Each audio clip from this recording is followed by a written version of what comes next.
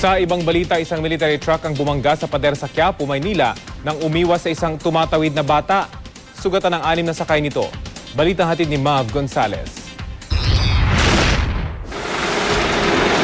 Nawasak ang pader na ito sa Nepomuceno Street sa Quiapo matapos banggain ng isang military truck pasado 2:00 ng madaling araw. Sa lakas ng impact, sugatan ng mga pasahero nito. Bilis ang dating nila.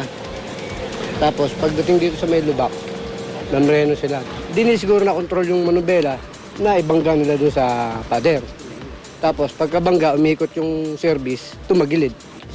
Galing Fort Bonifacio ang truck ng Civil Military Operations Battalion na may sakay na 4 na sundalo at 2 pang babae at papunta sanang Baseco Compound.